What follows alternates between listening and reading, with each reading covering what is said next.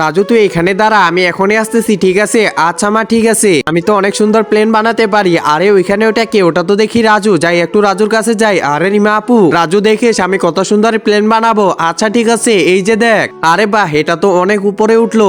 হ্যাঁ আরে রাজু, দেখলি কেমন সুন্দর বানাতে পারি? হ্যাঁ অনেক সুন্দর। দেখবি এখন আমি কি করতে পারি? আমি এখন পাখি ডাকবো। ওই যে দেখ, পাখিগুলো শব্দ করতেছে, দেখলি? আরে হ্যাঁ তো আপু, সত্যি অনেক সুন্দর। এখন তুই করে দেখা। না না, আমি পারবো না। আরে কর, তো সমস্যা নাই। আচ্ছা ঠিক আছে, আমিও করতেছি, কিন্তু পাখি সাড়া দিচ্ছে না। তোর তো সাড়া দিচ্ছে না। হা হা হা। আচ্ছা দাঁড়া, আমি আরেকবার করতেছি। আচ্ছা ঠিক আছে, কর দেখি। এবার দেখিও। আরে করে না। আরে করতেছে, দেখতেছি। বাপরে, তোরও আবার বেশি করতেছে। হ্যাঁ দেখলা?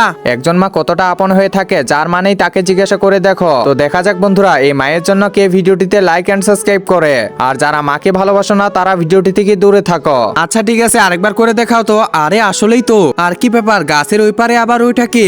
আচ্ছা রাজু, তুই আরেকবার কর। আচ্ছা ঠিক আছে, আমি এখান থেকে সারা দিই। আরে রিমি, হ্যাঁ আমি সব বুঝতে পারছি। ও না, মানে তেমন কিছু না। তাড়াতাড়ি চলে যায়, আমি তো ধরতে পারছি।